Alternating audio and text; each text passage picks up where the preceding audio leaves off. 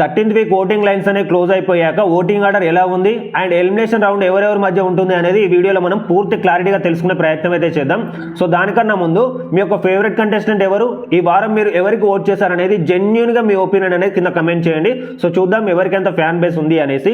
And ఇక దాన్ని పక్కన పెడితే 13th వీక్ ఓటింగ్ లైన్స్ అనేవి క్లోజ్ అయిపోయాక అఫీషియల్ లో మాత్రం నిఖిల్ అయితే ఫస్ట్ పొజిషన్ లో అయితే ఉన్నాడు. సో చాలా మంది ఏమనుకుంటున్నారంటే అన్అఫీషియల్ లో గౌతమ్ కృష్ణ అనే చూపిస్తున్నాడు కాబట్టి అఫీషియల్ లో కూడా గౌతమ్ కృష్ణ అనే ఉంటాడు అనుకుంటున్నారు. కానీ సో ఇదంతా చాలా తప్పు.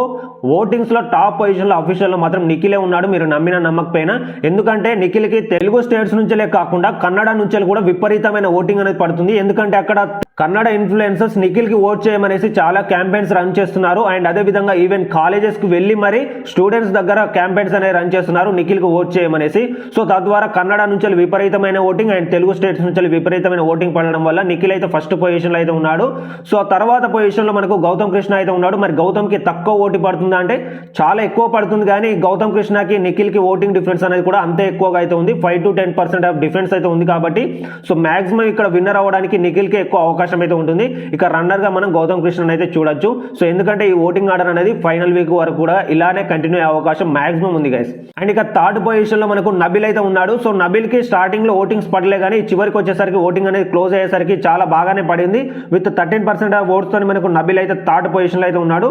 ఆ తర్వాత పొజిషన్ లో మనకు అవినాష్ ఉన్నాడు. సో విత్ 10% ఆఫ్ ఓట్స్ తోని. తర్వాత పొజిషన్ లో మనకు పృథ్వీరాజ్, అండ్ తర్వాత విష్ణుప్రియ, తర్వాత 7th పొజిషన్ లో ప్రేరణ, చివరి పొజిషన్ లో మనకు టేస్టీ తేజ్ అయితే ఉన్నాడు. ఓటింగ్ ఆర్డర్ అనేది చూసారు కదా. ఇక 13th వీక్ లో మాక్సిమం డబుల్ ఎలిమినేషన్ కాబట్టి ఈ ఎలిమినేషన్ రౌండ్స్ అనేది ఎవరెవరి మధ్యలో ఉంటుంది అనేది ఒక్కొక్కటిగా అయితే చూద్దాం.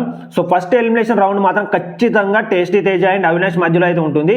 సో ఎందుకంటే వీళ్ళిద్దరు ఆల్రెడీ ఎలిమినేషన్ రౌండ్ లోకి వెళ్ళినప్పుడు అవినాష్ కి తక్కువ ఓట్స్ అయితే పడ్డాయి టేస్టీ తేజతో కంపేర్ చేస్తే. సో కాబట్టి మళ్ళీ వీళ్ళని ఎలిమినేషన్ రౌండ్ లోకి తీసుకొస్తే ఇక్కడ అవినాష్ దగ్గర టికెట్ టు ఫినాలే బ్యాడ్జ్ ఉంది కాబట్టి దాన్ని వృధా అవుతుందా లేదా మళ్ళీ టాస్క్లు పెట్టాలా అనేసి ఒక క్యూరియాసిటీ అనేది పెరుగుతుంది చూసే ఆడియన్స్ లో. సో కాబట్టి ఖచ్చితంగా వీళ్ళిద్దరిని ఎలిమినేషన్ రౌండ్ లోకి అయితే తీసుకొస్తారు. బట్ మాక్సిమం ఇక్కడ అవినాష్ సేవ్ అవ్వడానికి ఎక్కువ ఛాన్స్ అయితే ఉంటుంది. సో ఖచ్చితంగా వీళ్ళిద్దరి మధ్యలో ఎలిమినేషన్ రౌండ్ అనేది పెడితే టేస్టీ తేజ ఎలిమినేట్ అవ్వడానికి 99% అవకాశం అయితే ఉంటుంది గైస్. సో మరి మీరేమనుకుంటున్నారు ఎలిమినేషన్ రౌండ్ పట్ల అనేది చెప్పండి.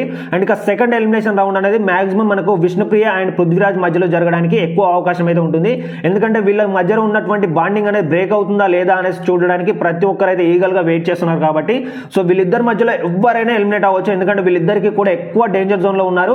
చాలా తక్కువ లీస్ట్ ఓట్స్ అయితే పడ్డాయి కాబట్టి వీళ్ళిద్దరిలో ఎవరైనా ఎలిమినేట్ అయితే అవ్వచ్చు. సో ఎవరు ఎలిమినేట్ అవుతారనేసి వీళ్ళిద్దరి మధ్యలో మనం ఎక్స్పెక్ట్ అయితే చేయలేం. ఎందుకంటే వీళ్ళిద్దరికి కూడా చాలా తక్కువ ఓట్స్ అయితే పడ్డాయి. సో మాక్సిమం ఇక సెకండ్ ఎలిమినేషన్ రౌండ్ అనేది వీళ్ళిద్దరి మధ్యలో అయితే ఉండొచ్చు. ఇక ప్రేరణకి కూడా లీస్ట్ ఓట్స్ పడ్డాయి. కానీ సో వీక్ స్టార్టింగ్ లో కొంత ఓటింగ్ అనేది పెరిగింది కాబట్టి తను సేవ్ అయ్యే ఛాన్సెస్ అనేది చాలా ఎక్కువ ఉన్నాయనేసి నాకైతే అనిపిస్తుంది. సో దీనిపై మీరేమనుకున్నారు, అసలు ఎలిమినేషన్ రౌండ్స్ అనేది నేను చెప్పింది కరెక్టా కాదా, లేదా మీరేమనుకున్నారు అనేది మీ ఒపీనియన్ కూడా కింద ఖచ్చితంగా కమెంట్ చేయండి గైస్. సో చూద్దాం ఎవరు ఏమనుకుంటున్నారు అనేసి. సో ఇది గైస్ ఓవరాల్ గా ఇప్పటి వరకు ఉన్నటువంటి అప్డేట్స్. మరొక మంచి వీడియోతో మీ ముందుకైతే వస్తాను. Thank you guys, thanks for watching this video.